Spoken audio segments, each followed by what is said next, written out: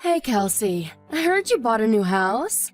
Apparently it's detached, too. Get you, Missy. Hi, Sally. It's been a while. That's right. It is detached, but it's nothing too fancy, really. It's not like it's new or anything. I heard it's huge, though. I'm so pleased for you. Sounds to me like you're all set to live the good life. I'm actually a little jealous. Not at all. It was old and run down, so we got it way cheaper than the market price. It might look okay from the outside, but believe me, we had our work cut out with the renovations and repairs. I wouldn't go as far as calling it huge, though it is a lot more spacious than the old one. You know how much bigger they build them in the countryside? But you renovated it, right? I bet it looks like a palace now. Renovating your own house seems to be all the rage lately. Just the other week, I heard about my friend's friend reforming his whole house. I've seen TV shows about it too. Just yesterday afternoon, I was watching one called Peeps Designs. Everyone's doing it. Well, I guess you're not wrong. You do hear about it a lot now. Anyway, enough beating around the bush. Are you gonna tell me or what? When's the big day? When are you moving in? When? Next month. That's really soon. I wish you'd have told me earlier. I am your mother-in-law, you know. I did plan on telling you sooner. I've just been busy with all sorts of things, that's all. Sorry I kept you out of the loop all this time. That lazy son of mine almost never gets in touch with me, you know. I get the feeling that if I didn't text and call him, we'd never speak. I sometimes wonder if he still holds what happened between us. in the past against me. Do you by any chance mean that time you and his dad stole the money from his scholarship when he was in college? Oh, you know about that? Come on, dear. Stole is a bit drastic. Yeah, I know. I don't think it's drastic at all. I heard all about how you gambled away his entire scholarship fund on the slots at the casino. Oopsies. Weren't we just the naughtiest? Not just the casino either. My husband used his fair share on horse racing. He had to work 2 jobs while studying for a master's in biochemistry because of what you guys did. He told me it was the hardest period of his life. He literally had no free time and was getting by on cup noodles, 3 hours of sleep a night, and ungodly amounts of coffee. As if that wasn't bad enough on its own, he said your dad took most of his wages too. We were going through a really difficult patch back then. Without Anthony's help, we would have never been able to keep up with the absurd repayments on our debts. Can you believe it's even legal for them to make us pay that much? I know it can't have been very easy for my son, but, well, whatever. It's ancient history now. What is family for if not helping each other out in a pinch? Oh, I don't know. Maybe not getting them into pinches in the first place? Besides, Anthony ended up being the one responsible for the repayments on the scholarship money you stole. Not only that, but he had to bear all the burden by himself, and was threatened with expulsion from college if he didn't keep with them up. Is all of this true? Yup, sure is. What of it? Are you surprised? It was his scholarship. Obviously, he was gonna be the one who paid it back. And of course, there would be consequences if he...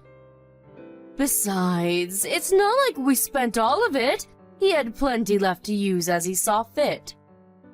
It's an undeniable fact that some of it got spent on college stuff and living costs, you know.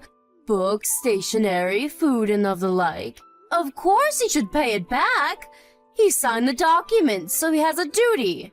I just can't shake the feeling that his share of the burden was disproportionate with how much he actually got to spend on the stuff the scholarship was intended for in the first place. What exactly is the problem here? It all worked out in the end. He's working for a major global company now, right? Not only that, but you're rich enough to be able to afford a huge detachable house in the countryside, so things can't be all that bad. A few measly repayments on his scholarship are hardly gonna break the bank. This is hardly as dramatic as you're making it out to be. Most importantly, he agreed to do it. It's not like we did anything behind his back. I see. Anyway, forget that. This is old news, and we have much more important matters to discuss. Which reminds me, there was something I wanted to talk to you about. Something important? Yes, very, very important. Me and my husband have decided to move in with you both in your new house. Which means we'll be seeing you next month, Kelsey, my dear. Excuse me? Is my phone broken? Am I reading this right? You're moving in with us? You certainly are. You didn't think you were gonna be able to buy a big luxurious house like that and not share it with your beloved in-laws, did you? Let's be real here. That place is far too big for just... You'd be bored and lonely without us. It just so happens that me and my husband have been wanting to live in a big old house in the country for years now. It even has a yard, doesn't it? I'm so excited. I have all sorts of ornaments to decorate the lawn with. We couldn't believe it when we heard the news. The timing was so good anyone would think it was fate. Whoa, whoa, whoa! Just slow down a second, Sally. You can't just invite yourself to live with me and Anthony all of a sudden. Have you even mentioned it to him yet? Because this is the first time I've heard of it. Don't worry about him. He's always been a mommy's boy. He'll be over the moon when he finds out he's going to be able to see me every single day. He always was such a good, obedient child, and he's no different now. But still, it's not fair of you to spring this on us like this. That house was supposed to be for me and him to live in. We do have circumstances of our own, you know. What makes you think we're in any position to accommodate you? Circumstances? What kind of circumstances? Anthony's suffering with an illness. We found out a couple of days ago. He has cancer. What? Cancer? To get hit with a bombshell like that right before moving into our new place. We haven't come to terms with it yet, and our heads are a mess. He hasn't started chemotherapy yet, but the doctors say things could get rough. We have a lot of preparing to do for the fight ahead. That's why we're simply not in any position to consider having you move in with us right now. On the contrary, all the more reason for us to move in with you. Let me help you nurse him back to health. This just settles it. We absolutely have to come now. It's times like this that family needs to pull together to be there for one another. No, it's fine, really. I can take care of things myself. The line here is that we're in no position to take you in. Are you listening to me? It's not happening. I'm listening to you, but have you heard yourself? What you're saying is ridiculous. Why would you put all that pressure on yourself when there's someone offering to help you? Who are you, super nurse? What if you get sick too?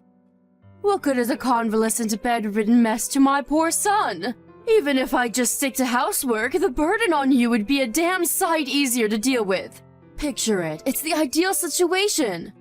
I deal with everything around the house while you focus solely on nursing my boy back to health. Sure, it would be nice to be able to give him my undivided attention. Right? I'm glad you're coming around to my way of thinking, sweetie. I always knew you had a good head on your shoulders. Leave it to me. Let's all live together as one big happy family. Sally? What on earth is going on here? The house looks like a bomb site. I go out for one day and I come back to find the place looking like a hoarder's den? Welcome home, sweetie. If you're back, why don't you be a dear and get to work on the housework right away? The kitchen's dirty. How about you do something yourself for a change?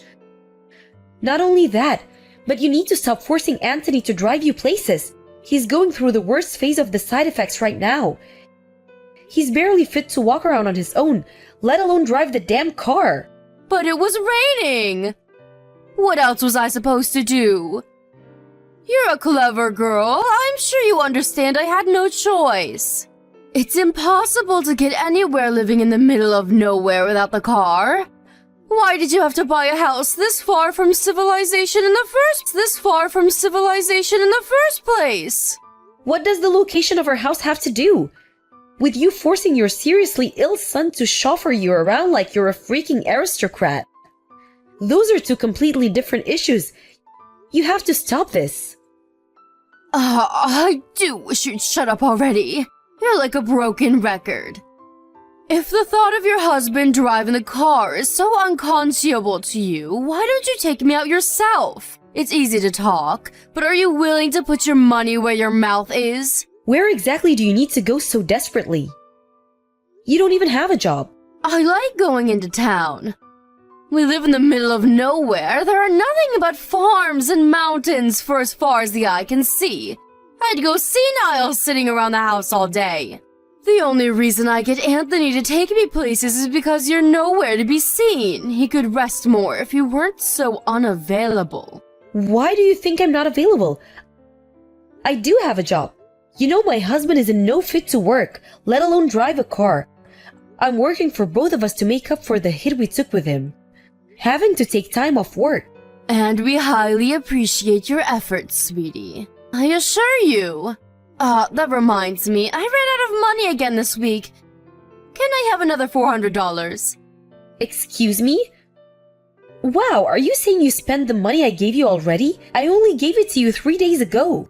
Oh, please, Kelsey, did you really expect that to last me more than 5 minutes? It was pocket change. I lost it all in the slots of the casino. You blew the money I gave you to get on by the slots? Oh my god, Sally, has your husband been going to the casino with you too? Who knows?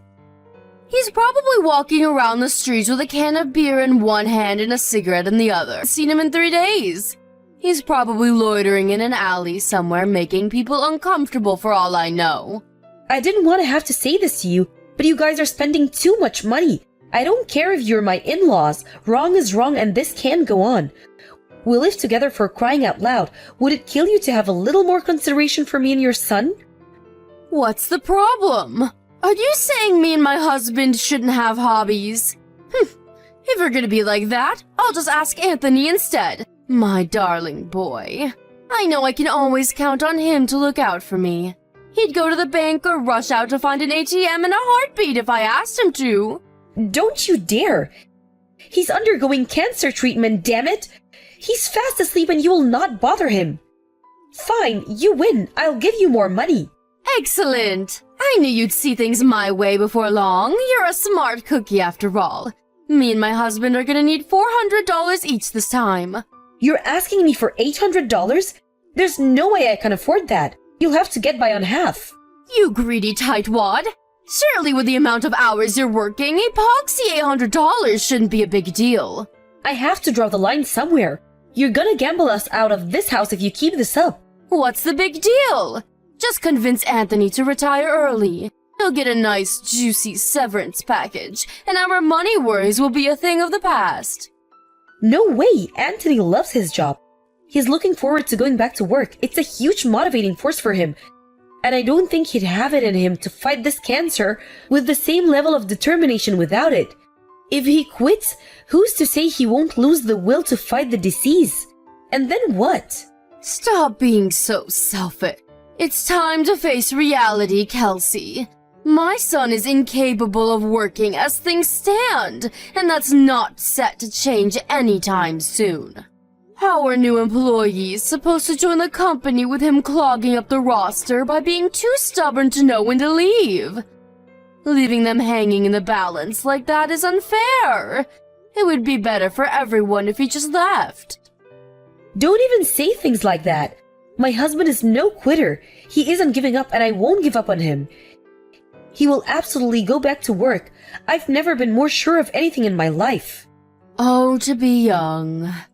One day, when you grow up, you'll realize blind faith never gets you anywhere. It's time to stop being so naive and childish and accept the harsh realities of life. Kelsey, I'm going for a few drinkies with the girls before I come home this evening. I won't be needing any supper. I see. In that case, I won't be able to come and pick you up. Please make your own way back in a taxi or get a lift from a friend. Huh? Are you joking? It's your day off work today. Are you telling me you'd rather laze around on your butt eating potato chips than give your elderly mother a lift home? I'm busy. Anthony's funeral might be out of the way now, but I still have tons of stuff to take care of. Ah, yes, the funeral. I was blown away by how big the turnout was. I had no idea he was loved and respected by so many people. He was always so shy and introverted. It's hard to imagine him having that many friends. Everyone loved Anthony because of how kind he was. He was a good man who would do anything for anyone. Yes, my Anthony was one in a million. It's just a shame he left us so young. Right. Anyway, the funeral's over now. So we really should get around to dealing with his belongings. Most of them are going to have to go in the trash, of course. Why? What's the rush? Can't we at least wait until it doesn't all feel so raw? He's barely been in the ground 5 minutes and you're talking about tossing his things in the trash? Why wait? It's going to happen eventually, so we may as well do it now. We need to clear out the room he spent his final weeks laid up in bed in. I want to turn it into my own personal hobby parlor. We're not clearing out his things. Why not? It's not like we're gonna use them anymore. Besides, this is not your decision to make. I make the rules from now on. Me and you are strangers now, and strangers aren't welcome in my home. Wow, what's that supposed to mean? It's exactly what it sounds like. Without my son here, you're nothing more than a stranger, no different to someone I'd pass by on the street. Are you trying to kick me out of the house? Bingo! I knew you'd get it eventually. Well done, sweetie. Think about it. Me and you aren't related by blood. I tolerated you when my son was around for his sake, but there's no reason for us to carry on living together now. This house rightfully belongs to me and my husband as a memento of my son. You're trespassing, so get out. Wow, so that's what you really think of me, huh? I see. You know what? You're right. Strangers don't have any right to live in other people's house. I'll make the necessary moving preparations immediately. I'm so pleased you didn't make this any harder than it needs to be. Make it quick. Understood. I agree. The quicker we get this over with, the better. Okay, that settles in. I want you and your husband out of this house by tomorrow. Excuse me? Me and my husband leave? What are you talking about? You know, dear, anyone would think you're trying to get rid of us. The only one leaving this house is you. That's where you're wrong. You and your husband are the ones who'll be leaving. I've never heard anything more preposterous in my life. Are you trying to make me die of laughter? My son bought this house. It's only natural that it goes to his parents. Are you just trying to get a rise out of me? Or do you actually believe that? I was Anthony's wife, which means I'm first in line to inherit his assets. I'm the owner of this house. I want you to know that I had no intention of doing this before you tried booting me out. But you forced my hand. I want you and your husband gone by tomorrow evening, and that's final. How could you? My son would be turning in his grave if he could hear you right now. He'd never allow this. He's the one who let us live here in the first place. Well, Anthony's gone, which means I no longer have to tolerate your selfish shenanigans or walk on eggshells around you for fear of causing a big row. From now on, when it comes to anything to do with this house, my word is law, and you will do what I say. Why, you impertinent little upstart. You think you have the right to tell me what to do? I'm your mother-in-law. Show some respect. If you get cocky with me, it'll be the last thing you do. I promise you that. It'll be the last thing you do. I promise you that, little girl. You might not have realized this before because of how much I was holding back for Anthony's sake, but me and him are completely different. I have no intention of blindly obeying the irrational commands of a selfish, domineering control freak with delusions of grandeur. You have no authority over me, Sally. But you did everything I told you up until now. Why are you— I was so obedient all this time was for my husband's sake. He was in a bad enough way as it was with the cancer and the chemotherapy. The last thing he needed was me and you at each other's throats all the time. He was bedridden, for crying out loud. Think about that. How would you feel if you were gravely ill and surrounded by an atmosphere of conflict and hatred 24/7? I wasn't obeying you. I was merely tolerating you. Does that mean it's okay to disrespect his wishes now just because he's gone? I'm not disrespecting anything. The last thing Anthony would want is for me to be unhappy. And that's one thing that's guaranteed as long as you're around. Get out of this house as soon as possible. I'm prepared to take legal measures if you refuse. Legal measures? Don't be so dramatic, dear. If there's any doubt in your mind as to whom the rightful owner of this house is, then I'm willing to take the necessary steps to prove it to you once and for all. If there's a brain somewhere in that head of yours to stand on and disappear from my life forever. Come on, Kelsey. This is going too far and you know it. The idea of lawyers and judges is so unpleasant to you that I suggest you get out of this house because I'm 100% serious. We can do this the easy way or the hard way. Just know that one of them involves you going to court. Both scenarios involve you and your husband getting out of this house, so you may as well make it quick. Ugh, fine. Look, if you do insist on kicking us out, can you at least give us more time? Tomorrow is too soon. It's just too soon. We need more time to get our things together and find somewhere else to go. Surely you're not evil enough to force your elderly in-laws to live on the streets. Try me. Who knows? Maybe I really am that evil. Look, Kelsey, I understand you're stressed, and based on what you said, I get the feeling that over a year's worth of stress, upset, and dissatisfaction are coming to the surface in one big violent eruption right now. I get it, I do. But if we have to leave, we need to make some preparations first. Please, can we have a little more time? This is probably just a ploy. You think if you can drag out your stay a little longer, I'll calm down and change my mind, don't you? I'm beyond sick and tired of your lies. I was opposed to you moving in with us in the first place, but you sweet-talked me by promising to help with housework and looking after Anthony. That help never materialized, did it? To the contrary, you used the two of us as your personal slaves, butlers, and chauffeurs, paying no mind whatsoever to the fact that your own son was terminally ill. To think you actually forced your son, who was barely capable of walking, to drive you to your friend's house so you could eat cakes and drink coffee with your friends three times in the same week? First things first, the only reason I couldn't help with looking after Anthony in the housework was because I've had a bad back lately. I wanted to help you more than anything. Truly I did, but I was in so much pain. You were well enough to gamble on the slots at the casino all day. You should have been more than capable of lending us a helping hand every now and then. But no, it was nothing but excuses, and more excuses. You were the lady of the manor and we were your servants. I'm so fed up with you. Even this conversation is too much. Every message you send drains a little more of my energy. I want you out of my life. Can't you see how dramatic you're being? Can we at least have more time? Please, let's just put the brakes on all of this for a little while longer. I'm begging you. There will be no deferments. I've been deferring the whole time we lived together. I'm done putting up with your crap. What the devil is going on? Why is all of our stuff piled up outside in the yard? I told you yesterday you were to be gone by tonight. Read through the chat logs if you're struggling. I also made it clear there would be no deferments. Are you serious? You actually intend to kick us out onto the streets? How many times do I have to tell you? I'm not as soft as Anthony was. Besides, you said it yourself. We're strangers, right? Even so, that doesn't justify taking such extreme measures. You've crossed the line. My son would be so disappointed with you.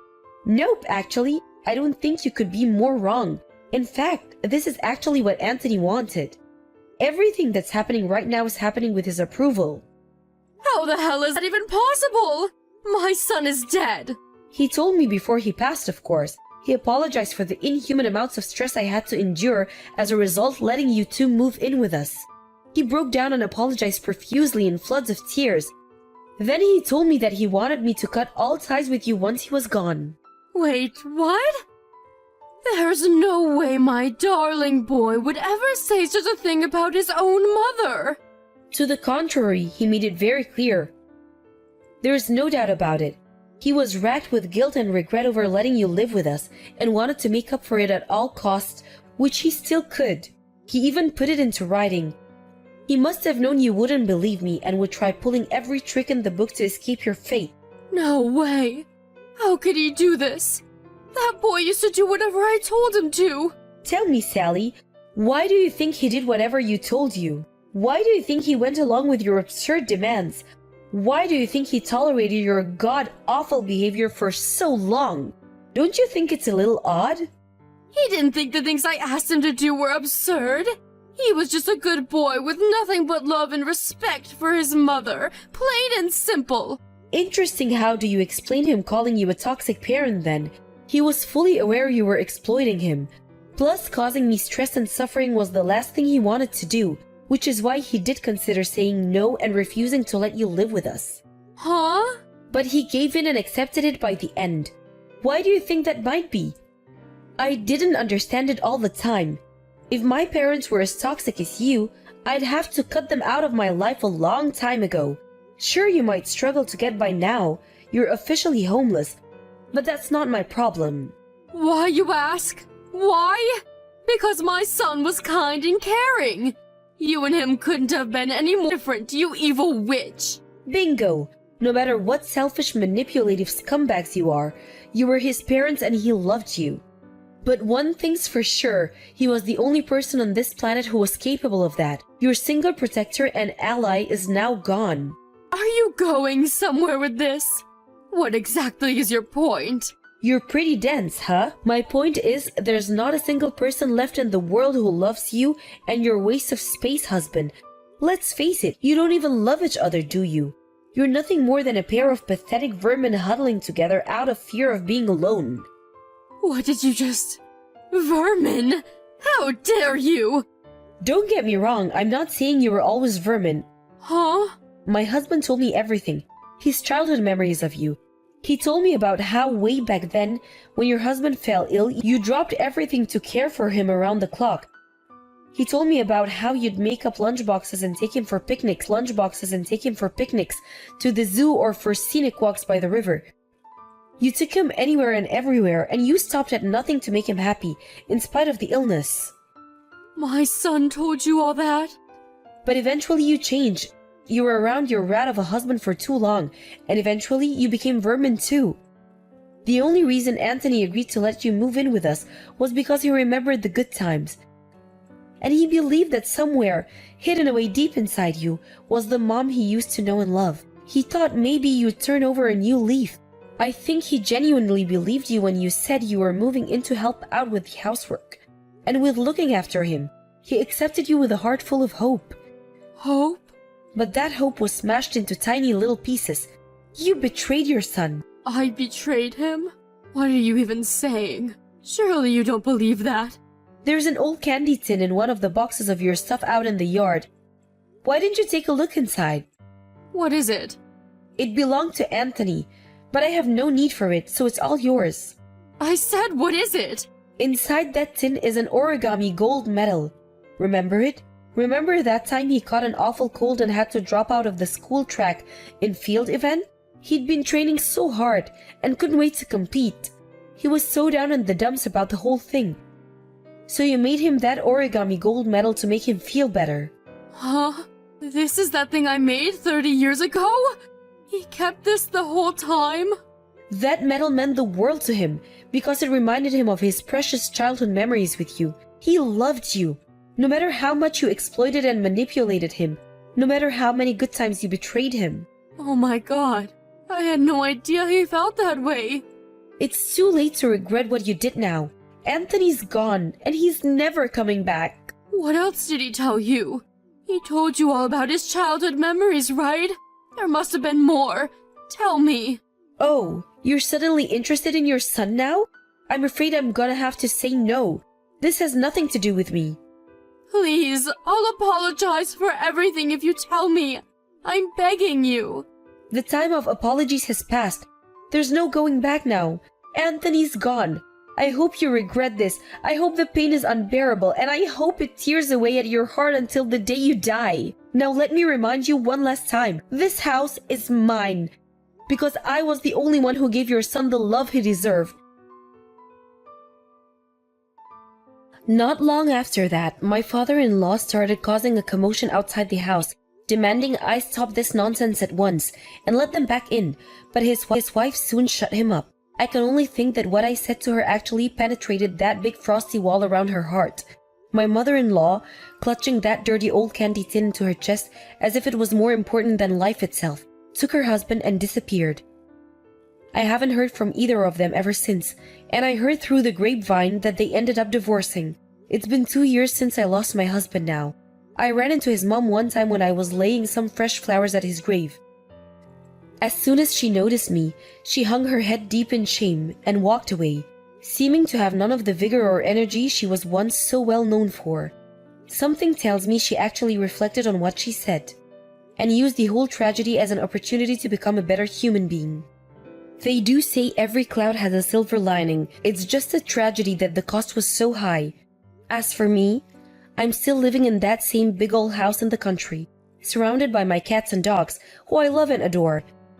We went through so much in this house, happiness and sadness, joy and misery, harmony and conflict. But strangely, the only things I remember vividly are the happy times me and Anthony shared together. That's why it'll always be an important place to me, and I intend to cherish and take good care of it for as long as I live.